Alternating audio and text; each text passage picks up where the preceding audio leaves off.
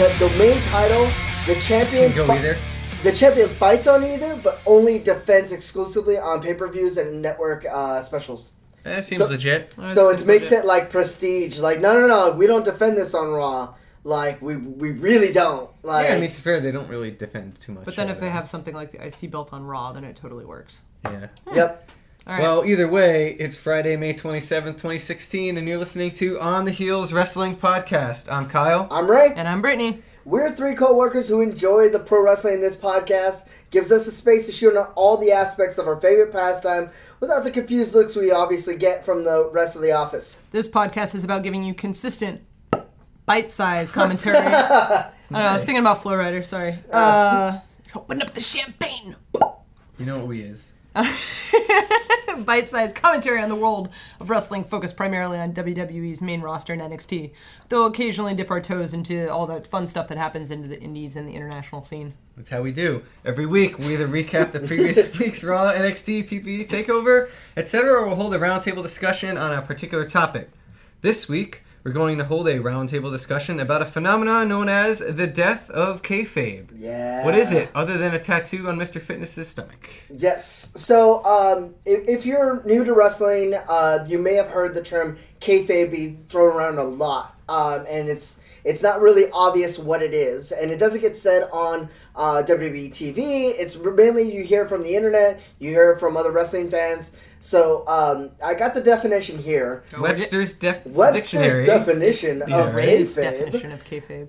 But it's the portrayal of staged events within the wrestling industry as real or true. Specifically, the portrayal of competition, rivalries, relationships between participants as being genuine and not at all staged, predetermined, of any nature of any kind. So basically, it's the magic. It's the events. The idea that this is people actually hurting each other, people actually hating each other. The idea that this is not at all staged.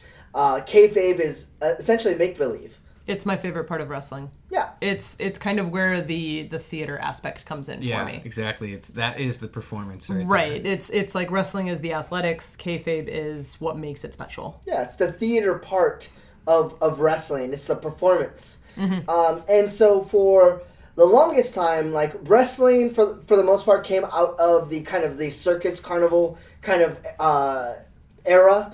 And so wrestling was a sideshow, and basically people who watched wrestling for the most part thought it was real, thought it was maybe fixed, but for the most part real, that they were really hurting. It actually is fixed. Yeah. So this went on for decades, if not like almost 100 years. And so until the 80s, we're getting into that golden era of wrestling, and the golden era of wrestling. Unregulated steroids, it was the best. It was the best. But it's the moment where the NWA is really huge. WWE is basically taking off and taking over territories. And as Vince is going through all these different territories and performing in these different territories, he's trying to save money because he's obviously putting his entire fortune. Well, he doesn't even have a fortune at this point. No. Like, he's putting his money on the line to basically build this empire. And back in the late 80s, it was still super regional. WWF was still mostly northeast. Yes. Mm-hmm. Right. NWA, WCW was southeast, and then it got a little squirrelier as you got towards the Midwest. Yeah, for sure. So in 1989, Vince is holding stuff in New York and New Jersey, but there's taxes in terms of New Jersey. For like basically sports and athletic competition. Like, you have to pay a tax if you're going to do any sort of athletic show, like boxing or any sort of athleticism. Any sort of thing that has like a combat sport, kind of like what we talk about in Washington State with them kind of classifying wrestling as kind of more fighting. It's like, no, it's not actually that. Yeah. So, essentially, Vince testifies before the New Jersey State Supreme Court and basically testifies that wrestling is staged. And he goes through everything. Like, he this is public record. To avoid taxes. To avoid taxes. Which is the best. He's being cheap, totally. It's the most Vince thing I think I've ever heard. It's, what do they say? Robbing Peter to pay Paul kind of thing. Or Yeah, it's like penny wise, pound foolish. But it leads to, interesting revelations, right? Yeah, and it's funny, too, because this is he broke the golden rule of wrestling, which is you never break kayfabe. Yeah. And, I'm talking wrestlers would go to dinner with other wrestlers, and if, they got sitting there, oh, God, we need to separate. They have to do everything in secret. They cannot break kayfabe. So, Vince does this, nobody notices. Right. Nobody has any idea. Until we get into mid-90s. In the mid-90s, Vince gets, the WWE gets charged with basically the whole steroid trial, basically. Vince's... that came off bad, sorry. And also, WWF until 2000. Oh, yeah, WWF. You're still allowed to say it. Yeah, If it happened previously, we're allowed to say it. It did. Nobody listens to us. We can say whatever we want. So Vince is being accused of basically giving steroids to his wrestlers. Yeah.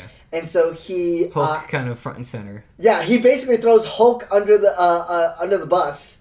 But essentially, Vince, again, testifies, and this is in the United States Supreme Court, where there is tons of press, and really lets the cat out of the bag that wrestling's staged, and it's basically coordinated, the things that we see are they're not hurting each other. There's a writing team. All so of that is just... He unveils it to a point. It's like breaking the fourth wall kind of a thing. Yeah. It's you see how the sausage is made at this point. So all this is going on, right? But Vince still has this expectation that the wrestlers will follow kayfabe. He's just doing this to protect the business, to protect himself, to do what he has to do.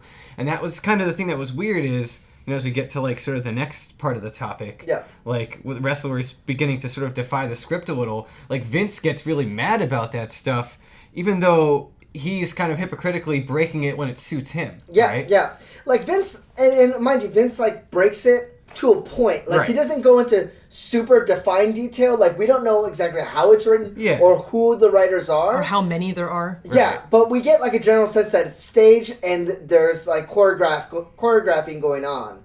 But the wrestlers are obviously seeing this, and they're like, well, what the hell, Yeah, Vince basically gets to unveil the curtain, but we don't. Yeah. And these guys, they travel, especially back in the day when they were 270, 280 days a year, or 300 and more, they all became super tight. They have their own groups, then they feud as well, and so it was tough for them to...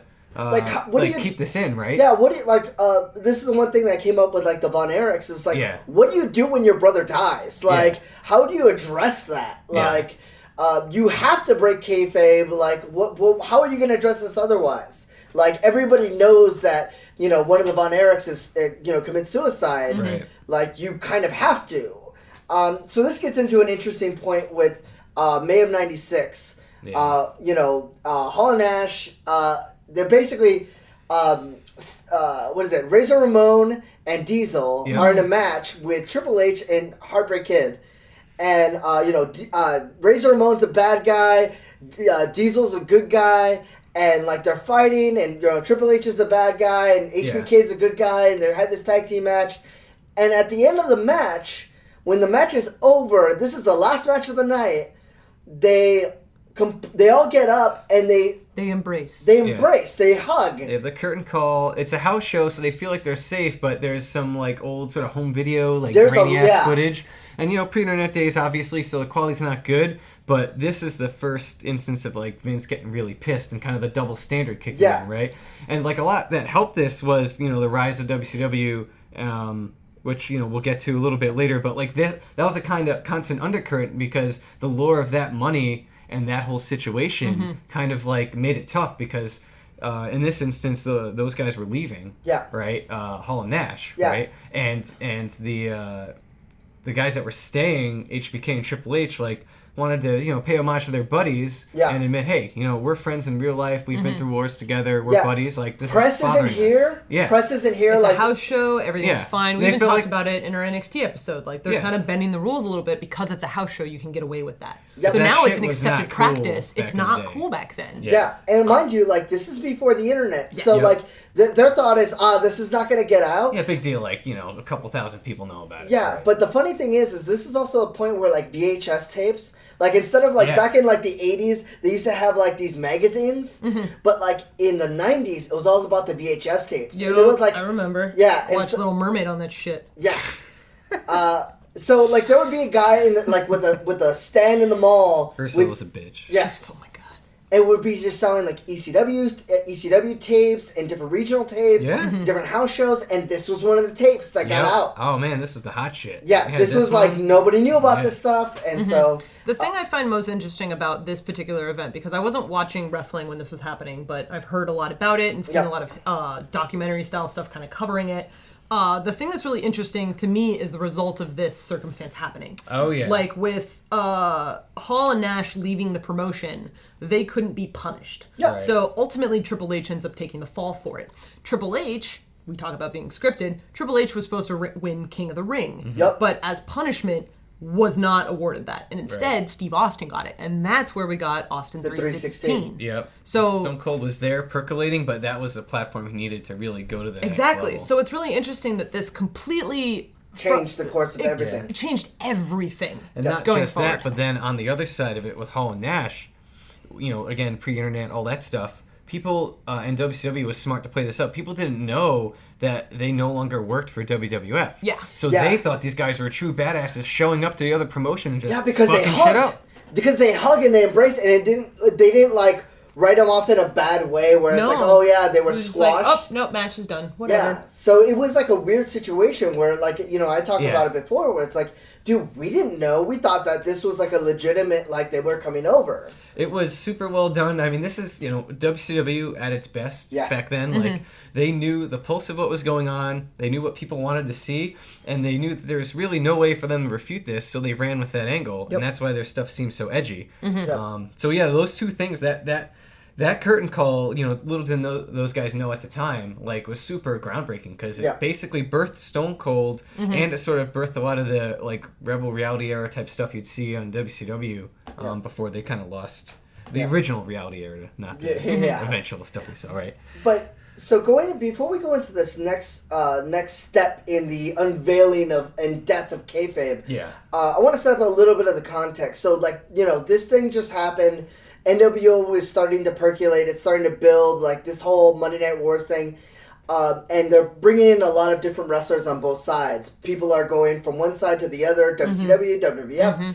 And Medusa, who is this world-class female wrestler, comes in on WCW Monday Nitro, takes the WWF Women's title and throws it in the trash. I love it. She is the champion of WWF and gets fired, but still has the belt. Yup. So that's one thing that people don't sometimes understand is that when you're champion and you go out there in the ring, the title isn't a prop that gets kept with, like, the arena or anything. It's held, like, literally held by the champion. It is in your suitcase. So... And now they give you those fashionable side plates that feature your secondary logo. Yes. I like those side plates. Yeah. But, so this happens, and Vince is pissed. Oh, yeah. Like, fucking enraged. Like, he just threw one of his titles down, and now that title is essentially garbage. Like, literally, his women's division... Quite the metaphor. Yeah, his women's division is shit, and you just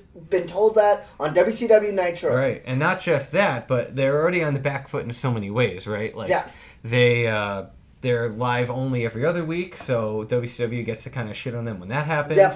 They're, starting to lose the war, losing some of their best guys. Yep, including... And now, they're about to lose the best guy at the time. The only one left, the longest holdout, Bret Hart. Yeah, so Bret Hart had a ridiculous contract. Like, it was for a lot of money. So much so that Vince couldn't afford him during the Wasn't it Monday something Night like Wars. $9 million? No. It was like $25 million over 25 years, something Holy like that. Yeah. But he only signed him to that deal as a, off the back foot last gap measure to keep Bret Hart. Yeah. And then basically after like 6 months, he's like, "Listen, Bret, like I can't do this. Can we rework it?" And all along, Bret is actually trying to work with him. Yeah, he's like, I'll go down. Like, we'll work it out, and like, it's to a point where Vince is like, even in the reasonable things that Bret is asking, he's like, I just can't. Well, it's No. Ted, Ted and Turner you saw is- in that old documentary on the network, they talk about how Ted basically vowed to, like, spend money to destroy him. Yeah. So he threw even more money at Brett to the Yep. point where it's like, dude, I mean, like... Vince told Brett, basically, take the money. Yeah. Yeah.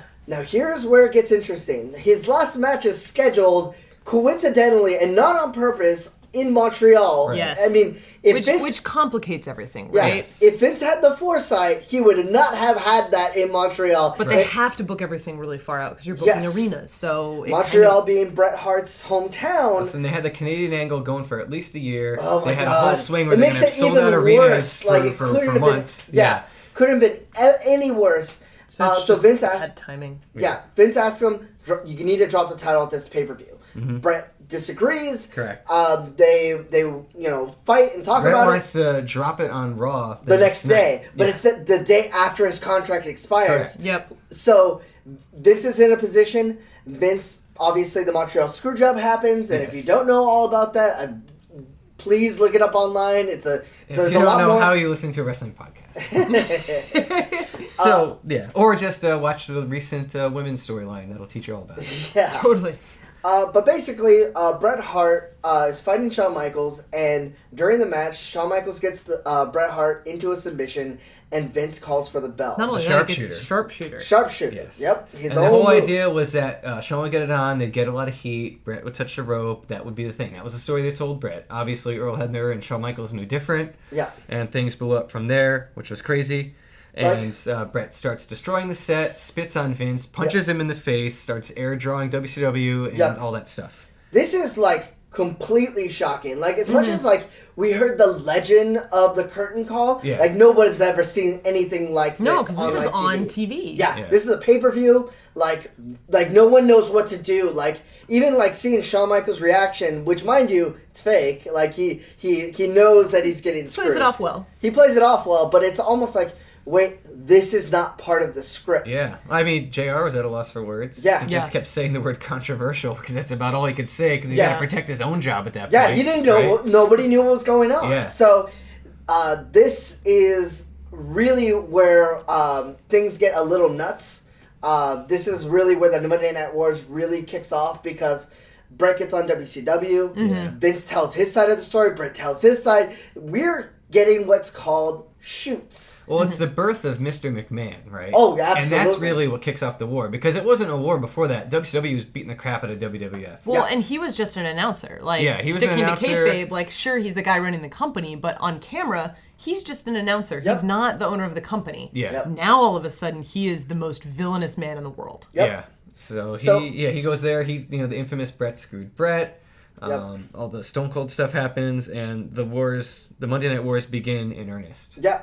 And so during the Monday Night Wars, we have things called shoots. So what a shoot is basically you're breaking kayfabe, and you're no longer talking as your character. You are talking as you, the person, the employee of this company, in a very real fashion. And it's either to vent your frustrations about your former promotion, about other wrestlers. I mean, like you are getting some dirt on like people cheating on other people. Yeah. Yeah, but they usually subtly steer you in the direction. Yeah. I mean, Right. it's not kayfabe, but it's inspired. It's within the character. I mean, they could cut your mic at any time, right? Yeah, Like, yeah. It's not. And in some cases, they do. Yeah. Yeah, it's not like the levels of we'll get to later with Punk. Like it's semi-directed, but it's as an audience, as a member of the audience at the time, it feels like the real shit you've ever seen. Also, it's like in these shoot interviews, they're maybe unintentionally unveiling certain things that weren't known to the public. Right. Like, for example, wrestlers are the writers. Yeah. A lot of the wrestlers, like Kevin Sullivan, Kevin Nash, Dusty Rhodes, Yeah. like, nobody knew these were the writers. Right. Nobody knew that other wrestlers are writing for, like, other wrestlers. Yeah. Like, and so they're unveiling more and more about who is making these decisions and how they're being manipulated. Plus, And we're now it's- firmly in the era of like the internet is a factor. Oh yeah, we're getting there. starting to get it's not as widespread, but I remember reading forums and message boards and shit back then. Information was slower, right? But maybe it was like AOL chat rooms or whatever. But it's not the level of Reddit. But it was still information can get around a lot quicker. So it kind of fed into that as well, right? Yep. And then we get into this is this whole time period that I'm talking about as far as the shoots is 96 to 2001. In March of 2001, WCW goes under. And so, we have that last Monday Nitro, and it's a very real, emotional thing. You're really starting to, the Sting versus Flair match, you are getting a sense of, wait, this is, they're wrestling for the sake of pride, they're wrestling for the sake of performance, not of the promotion doesn't mean crap anymore, no point in wrestling. So it's a weird situation, and it's also a very poignant situation as far as the overall understanding what kayfabe is. So it's also kind of the end of the shoot, because you can't really shoot anymore at this point because there's only one real federation. Yep. That's right. There's the WWE, and there's nothing else. That's right. So back in November 2001, Paul Heyman does this shoot on Vince.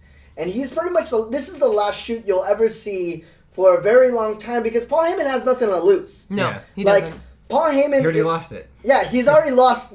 ECW has gone under, and Vince gives him an opportunity to air his grievances. Oh, which is the best. And, he... Always works out great. Yeah, I know, right? For the fans. And I mean... Paul unleashes everything. He's I wasn't the one who, pissed on, San Martino, or not Bruno San Martino's grave. One of the old time wrestlers' graves. Your dad made an agreement with all these regions, and you broke all of them. He goes into real dirt, and it's the Attitude Era was you stole it from me. Yeah. And it's very true. It's before Austin was swinging beers on Raw, he was drinking them up in ECW. Yep. So this is the last shoot, and Paul Heyman gets fired months later. Yeah. So this is it. This is the end of everything is now fully kayfabe again, and we all just have to believe. And then that kind of spawns this era where wrestling wasn't all that great. Yep. Ratings for Raw start to drop, and mind you, it takes a couple years, but it happens. Yep. Right? And then we start getting into kind of the more recent era. Yep. The reality era. Well, the rise of the indies to fill the gap, as fans, Yes. the more discerning fan is not exactly happy with this trend, right? So you start seeing things like Ring of Honor and CM Punk rising up. TNA has its moments, ups and downs, right? Yep. But New Japan. Yeah, and New Japan, that's for the real hardcore at that time. It's a lot easier now to get that stuff, but even mid 2000s is still harder, right? Yep. So then CM Punk has his rise up, right?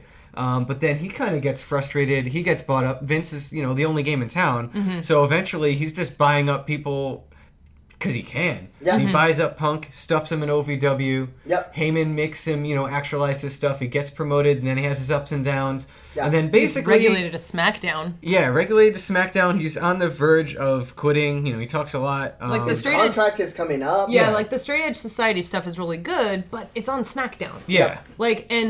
And as we all know, it's kind of come out recently with the whole brand splitting thing possibly happening, but SmackDown is basically just this is where you're going to go and die if you're on, say, quote unquote, the main roster. Yep. Right. So it's really unfortunate for someone like Punk, who's this really, really talented person. And then, as Ray kind of alluded to, his contract starts to run up. Yep. And if you haven't watched the CM Punk Best in the World documentary on the network, I highly recommend it because they cover this really, really well. Yeah, they do. But he's super frustrated. I mean, it's you're an employee and you're pissed with your boss. You're not getting the growth opportunities you want. You're not getting the recognition you deserve. Yep. And similar to kind of what they did with Paul Heyman, they give him the microphone and say, go air your grievances. Yep. And, So- you got to give him props for that. Yeah. I mean, they could just have not done that. Right. They've done with a lot of the wrestlers. Right. So And- they must have known, he was going to, make something good happen. Right, exactly. He had been very, very vocal about his the things he did not like about the company and what was going on. So that was really the moment that made wrestling Like, that was the moment that hooked me. When you see CM Punk walk out in a Stone Cold t-shirt and just sit cross-legged on the top of the ramp and just say, "I've got something to say." Yep. Yeah, And he that just was goes on and on and on. And mind you, like, this is 10 years after Paul Heyman gave his shoot. Yes. So this is, like, CM Punk dropping that pipe bomb in June.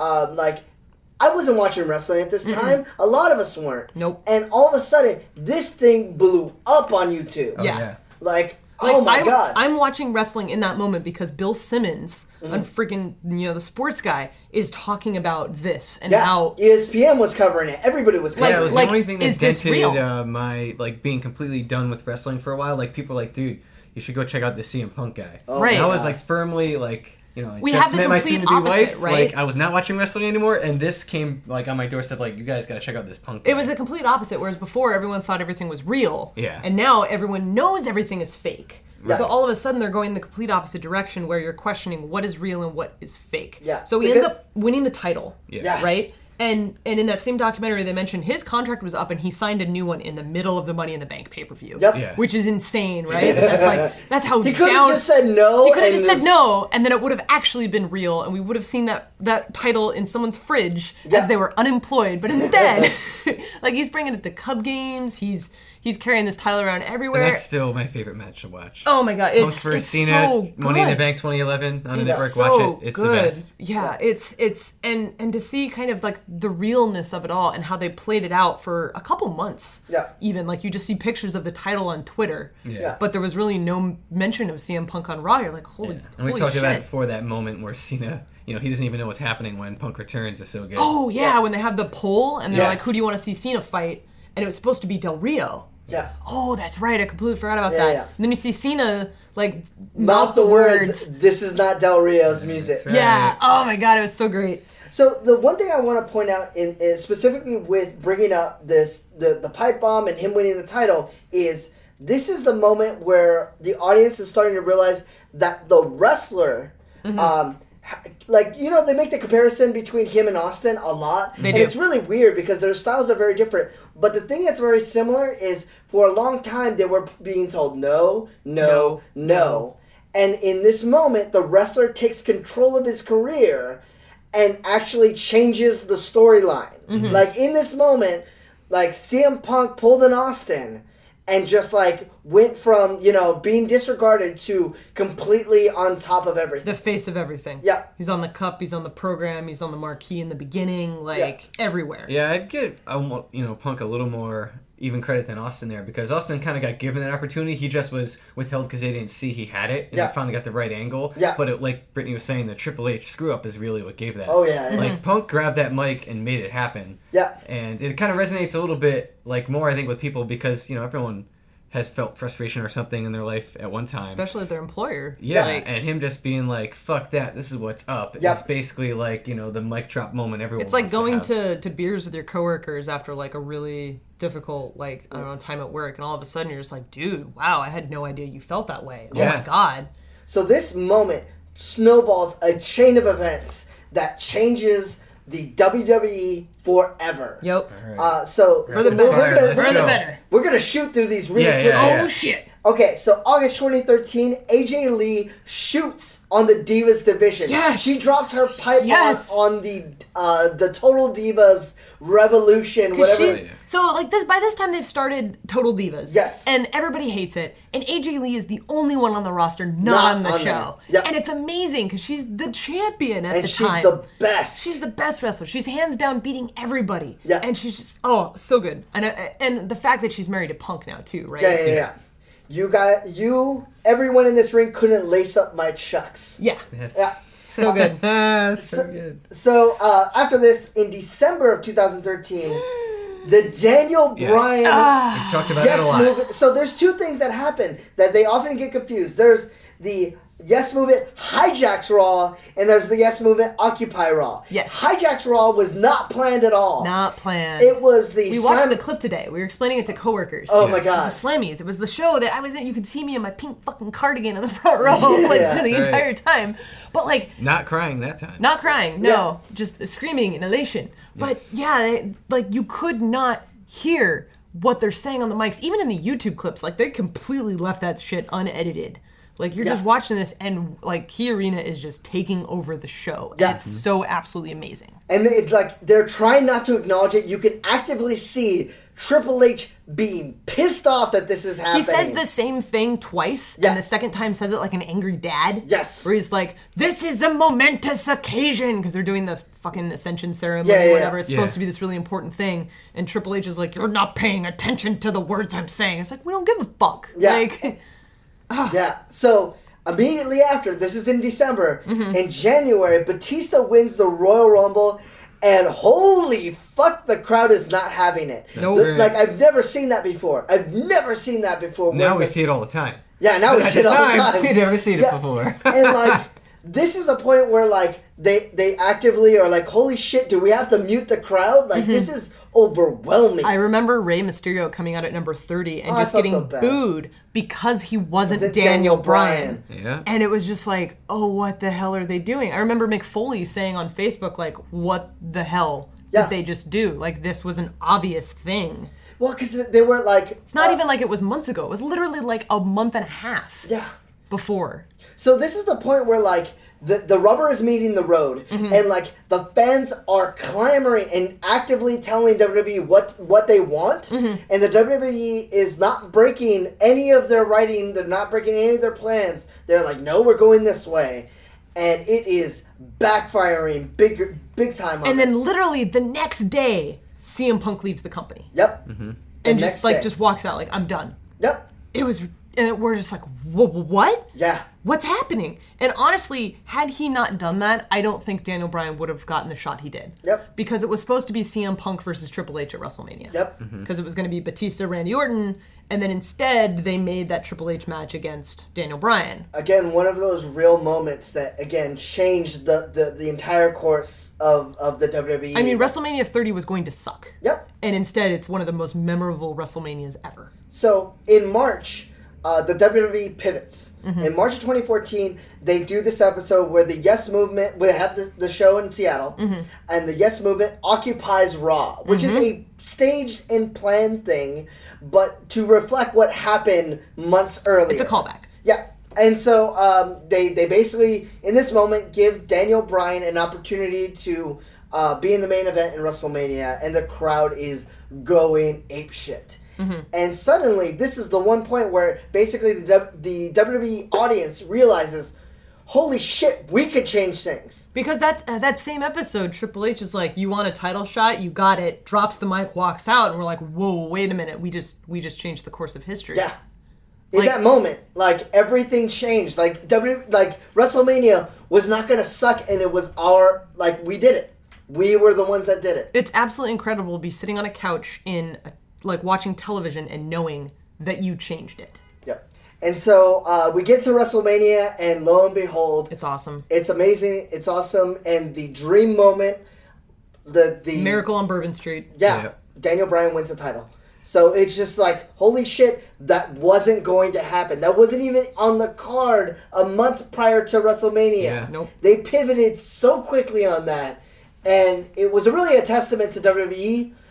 Because for so long they just would not. They had a plan and they were going, and this is what it was. And I don't know. Brittany was saying, CM Punk leaving really, I think enabled that. That was the final thing, right? Yeah. Now for all this time, we've been waiting, wondering what's going on with Punk, and they've been doing their job to shit on him when they could. Yeah. And finally, November 2014 rolls around, and we get not one but two Colt Cabana podcasts with CM Punk. Second one was more just kind of whatever, just them chilling out. But the first one was, probably his last pipe bomb, and that's where we heard all this stuff. It was like a 2-hour podcast. Yep, that was his venting session. All the things. It got so big. Ryback is an asshole. Yeah, it got so big that The Rock got heat on Twitter, and then they, Punk talks about it in the next one how they sorted it out, and it was like, no, Rock's not your problem. It was just people were so pissed at hearing about him being frustrated with fighting part-timers and all that stuff. Oh, yeah, because he's like, well, The Rock's already booked for WrestleMania next year. Yeah. And it's like, you got this guy coming back. Well, he had a string of 4 straight losses to part-time wrestlers after, he was on top. That was really tough for him. But that was kind of like the thing that sort of codified all the stuff that we sort of were wondering about, but weren't 100% sure about. Yeah. So again, just like more and more in Bailey, more and more, and then AJ Lee shoots on Stephanie McMahon about how women earn a fraction I remember of this the money happening. Yeah. It was on Twitter. Yeah. There was Stephanie was saying, and it was probably something stupid and canned, right? That like women are going to be the change that we see through all types of industries, blah blah blah. And she just like replies her, then why do you pay your women less than your men? Boom. And I'm like, just what? Like. You know that's your boss, right? Yeah. Like, you know I can see that. Yeah. Guys. Yeah, and 2 months later, AJ leaves WWE. And this is after the whole hashtag Give Divas a Chance thing. Yeah. They widely state that the women are selling just as much merch as the men, but are making very, very little money. And you see it in like the salary charts that are released. Yeah. Like, the Bellas are making the most, and it's peanuts compared to what everyone else is making. Yep. And then getting into this year, at WrestleMania, the Divas division is replaced with the women's division. Yeah. So like literally a chain of events, I think, with the fact that NXT had built up this incredible women's division. Yep. Like, I think those two things collided. I don't think it was one thing. I can't say AJ Lee was the only reason that happened, but it definitely brought a big magnifying glass. I think it was to a situation. AJ, Paige moving up, NXT, kind of just the general vibe. Like, at the same time it's happening, like the video game industry is kind of going crazy with this whole like women being represented equally in games, right? Yeah. So I think it's like as a society, it wasn't just a wrestling or a video game thing. Yeah. It's happening everywhere. Yep. People are realizing that women are people, and should probably be treated, like people. Yep. But yeah, no, it's like it's crazy, Yep. and now we're in this new era. Yep. And this is significantly like Triple H maybe a couple years ago, right when the Punk thing happened, he proclaimed that this was the reality era. And I felt like he was saying this is the reality era where it's like I'm breaking kayfabe, but I'm not really breaking kayfabe. Kayfabe is dead is the new kayfabe. Yeah. And I think he even said that on the Stone Cold podcast. Yeah. Yeah. Well, we had to. I mean, that was the big thing, if you listen to this whole like journey we've been on here, right? The point isn't that like kayfabe's dead, because there's still storylines, they're still feuding over Twitter. Yeah. It's that the crowd will inform some of these decisions, and what they like and don't like will be reflected in most cases. Mm-hmm. And also just that you're going to get like a more realistic sort of look into what's going on, right? Yeah. Mm-hmm. I think the perception has the whole new era is about perception. Right. Mm-hmm. Like it's so funny because like Vince for the longest time is like, this is sports entertainment. And like for so long everybody's like, this is fucking wrestling. This is wrestling. And now they're saying wrestling on TV, and it always feels kind of like naughty. Yeah. And it's funny because like I'm a wrestler, and you're like, yes. Yeah. But the idea I think is like now the perception is the audience knows it's not real. They are informed. The audience is informed. Like they always made like fun of the quote unquote smart marks in the early 2000s, but now like pretty much everybody is. Everyone knows it's fake. Yeah, everybody knows it's fake. And when people tell you on the street, like, well, wrestling's fake, right? It's like, absolutely. That's what makes it great. Yeah. Like, it call back to the beginning of this episode when I said, this is my favorite part. This is the theater part of it. Yeah. Knowing that it's fake means that you can invest yourself more into what the actual story is. And you care about the character portraying that story because you know they are an actor. Not only that, but it's also like in looking at this performance art, like the moves they're doing, if you're informed about them, like you respect it more. Mm-hmm. Like when someone does a standing, like a long-standing suplex, it's like it's not that one guy is holding him up for so long. It's that together they are holding this up, and like it is a move. Like these moves are performed in unison. Yep. Like that is very much more impressive than a guy just he lifted him off the ground. It's like no, It's so good. They set this up. I fucking love wrestling, guys. Yeah, so and great. it's like why? Yeah, so for me, like the death of kayfabe, though intentional in Vince's mind and probably pissed him off at the end. It's great for the fans. It's what's best for business. Oh shit! Yeah. That's a nice laugh, by the way. That was good. Good, Rollins laugh there. I just like the fact that, there's a response to, what the people want to see. Right? Yeah. And that's the biggest thing about all this is, for the longest time, there was like square pegging against what people wanted, right? And what they've had to come to grips with is the crowd can be extremely vocal now, especially in any city they have a pay-per-view in. So it used to be that there'd be some like weaker crowd sometimes on some shows, and they felt like they could mainline whatever story they wanted. But what they've come to find out over the last year and a half, 2 years, if you count anything with Roman Reigns, is basically that you can't force all storylines down our throat, right? Nope. And you can't just relegate the kayfabe is dead stuff to the mid-card. It has to be all across, right? And that, to me, was the final piece of sort of the dawning of the new era, is they had to acknowledge that. And even the most recent stuff with Roman is an acknowledgement to that. I mean, they stopped muting the mics on Raw. They stopped muting the mics, but also, you know, they've kind of given up on forcing him over sort of as a good guy. I mean, that lame thing we make fun of, He's not a the good guy. not a bad guy, the guy, like, that's them leaning into it a little bit more. And so all these things are really good, and it kind of has you invested, right? I mean, when we go to wrestling shows now, we're cheering, we're going all out. It's a 12-man, dude. Like honestly, it's kind of like the, you know, when you have a startup and then you have like a big corporation, like when you have a startup, you can do whatever the fuck you want. But when you have a corporation, you have shareholders. Like, you have to answer to those shareholders and to their needs and their perceptions. And, like, that's kind of what's going on here is, like, you know, there's a reason why we went PG, and there's also a reason why we're listening to Linda fans McMahon now. ran for state senate. And you're right, though, with the best for business, like, quite literally, the people who can spend money on merch are the adults that care a lot more than the adults that buy stuff for their kids. You have to do more to invest. So if you're invested. And if you're investing in those fans and they're the ones, you know, shelling the $25 for a shirt, then right. you're doing just fine. We gotta cut this off. We could talk about this for hours and hours and hours, but this is gonna have to wrap it up for the week. If you like the podcast, you can find us on Twitter at OnTheHeelsWP and on Facebook.com/OnTheHeelsWP. We're also on iTunes, where you can download past episodes or subscribe to future episodes. So hit the subscribe button, please. Leave a comment on the iTunes store. Give us a 5-star rating so more people can find us. And tell your wrestling buddies about the podcast. Ready verbatim. Feel free to tweet or message us random wrestling stuff as we will respond and share. We love the feedback. So thank you for listening to On the Heels Wrestling Podcast. Tune in to our next episode where we'll talk about Raw, maybe some NXT, maybe talk a little bit about the returning real champion. The man. The man. Seth Rollins. We got the man. So the real eternal question, is that actually all muscle, or is he taking some sort of supplement? Holy shit, he is huge. He's I am inflatable. terrified. Yeah, he is so freaking big now. Like, I mean, like, all he could do was work out his upper body for 9 months. We And will now, have the man versus the guy. Also, it's been like 5 months. Him and Cena are on the quality drugs. oh my God, Cena's coming back. Like October is when that knee went out. Holy shit, guys. and, oh my God, before we answer, we have 2 eternal questions. What? There's What? 2 eternal questions. The second one is, which side is Rollins? What brand is Rollins going to be on? Because we have a brand split. Brands don't happen until July. It's fine. Oh my God, I don't care. I'm so excited for brand split. Right before SummerSlam. Oh my God. All Oh I my gotta God. say is get ready for more Rusev Cena because Memorial Day comeback, U.S. title champion Rusev. Machka. Rusev Putra! Rusev Machka! On the Heels Wrestling